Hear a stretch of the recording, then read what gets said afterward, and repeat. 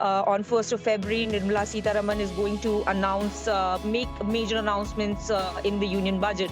Now coming to the real estate sector, what kind of expectations, what are the demands or suggestions that you'd like to make in the union budget for the real estate sector? Infrastructure would formulate to be the core, because as infrastructure improves in tier 2, so we would see a better demand and better push, as the metro cities pricing has already increased considerably. So looking at that, tier 2 and tier 3 become all the more important markets. And as the connectivity to these tier 2 and tier 3 towns improves, I'm hoping that a better infrastructure spend would result in better demand in those markets.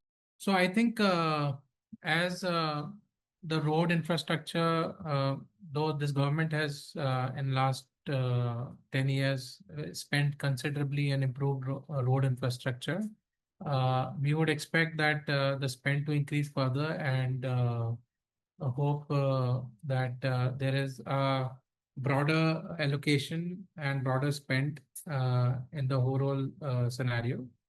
Uh, Also, one of the key things that we're looking at is the affordable category to be the limit of 40 lakhs to be increased to a crore, so that there is better funding and better incentives to the developers as well as the consumers, so they can get home loans at lower cost.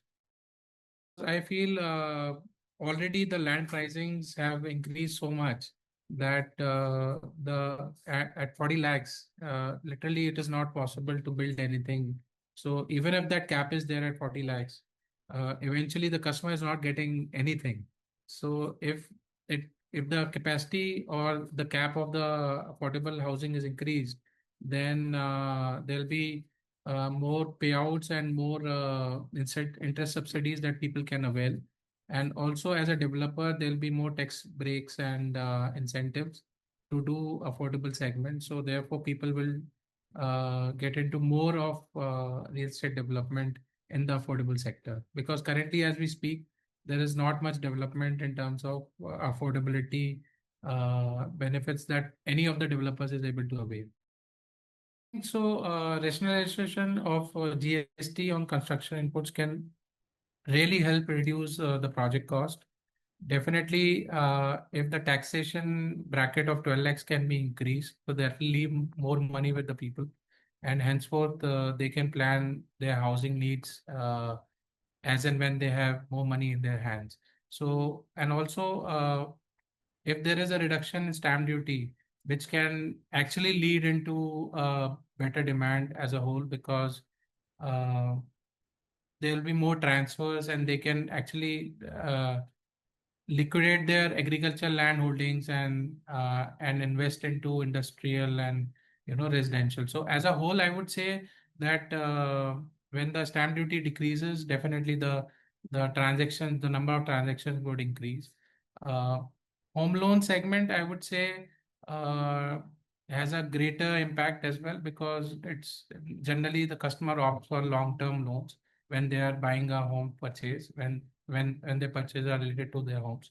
So if the interest reduction can come down to maybe 5%, I think that would be a master move from the government.